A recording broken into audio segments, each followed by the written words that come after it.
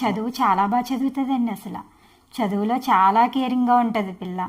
అది ఫస్ట్ క్లాస్లో కూడా ఫస్ట్ ర్యాంక్ వచ్చిందండి, సెకండ్ క్లాస్లో సెకండ్ వచ్చింది. మళ్ళీ డాన్స్ కాంపిటీషన్లో కూడా, అది ఫ్యాన్సీ డ్రెస్ కాంపిటీషన్లో కూడా వచ్చిందండి. ఇంగ్లీష్ ఎడ్యుకేషన్లో వచ్చింది. పాప చాలా కష్టపడుతుందండి పాపం. ఎందుకంటే మార్నింగ్ 7:30కి లేస్తుంది, స్కూల్కి వెళ్తుందండి, 4 o'clockకి వస్తుంది. మళ్ళీ 4 నుంచి రెడీ అయిపోయి ఫ్రెష్ అయిపోయి 5 o'clockకి డాన్స్కి వెళ్తుంది. డాన్స్ నుంచి మళ్ళీ 6:30కి వస్తుందండి.